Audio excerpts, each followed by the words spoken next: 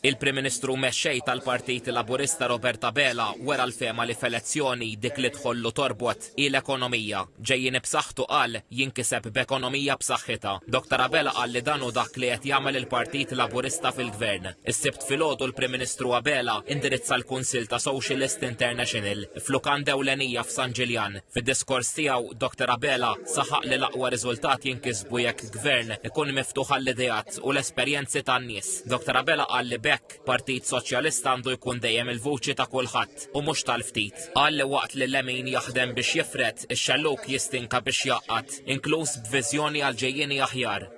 For Labour in Malta, it has always been about the economy and progressive politics, about delivering growth that delivers for hard-working families across Malta and Gozo. Fil-waqt li nnota li l-ekonomija Maltija kibret b'terz mill-pandemija, il-Prim Ministru Abela qal li l-progress m'għandux jirrifletti biss it-tkabbir ekonomiku ta' pajjiż, iżda wkoll il-kwalità tal-ħajja tan-nies. B'referenza għal pajjiżna hawn semma child care b'xejn, it-trasport pubbliku bla ħlas, il-ġim b'xejn għaż-żgħażagħ u tneħħija tat-taxxa mill-pensjonijiet. Dwar il-budget 2026, Dr. Abela qal li hu mibni fuq viżjoni ċara u jħejjel l-ekonomija ta' pajjiżna l-ġejjieni. Semma l-420 miljun euro investimenti li inkludu benefiċċji soċjali, it-tax cut tal-ġenituri, inċentivi għan negozji u investiment fl-intelligenza artifiċjali. Dawn il-miżuri qal jirriflettu ġustizzja soċjali, opportunitajiet lil familji u tkabbir fl-ekonomija waqt li jħejju lil pajjiż għall-era diġitali.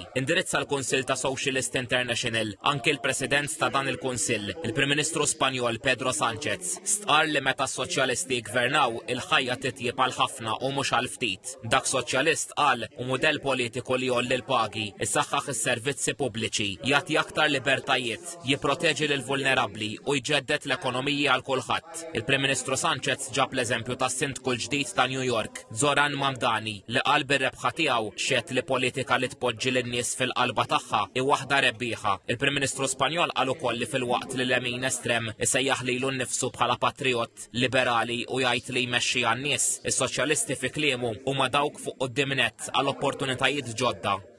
The left is not the fringe. The left is the compass. We are the compass. We are the only compass still pointing to a north of dignity, equality and justice. Kelmtejn anke mid-deputat Prim Ministru Ian Borg li sejjaħ lil Partit Laburista bħala partit mibni fuq l-ugwaljanza u l-ġustizzja soċjali. Dr. Borg qal li Malta kienet u sa tibqa' dejjem ħajt ta' kenn għal kooperazzjoni u dialogu u stqar li l-isfidi li qed taffaċċja d-dinja bħall-instabilità, l-kriżi klimatika u d-diżinformazzjoni huma eħfef meta jiġu affaċċjati flimkien. Fit-tmiem id-diskorsi xi partiti membri ġew ippremjati għal xogħolhom fil-qasam tagħhom.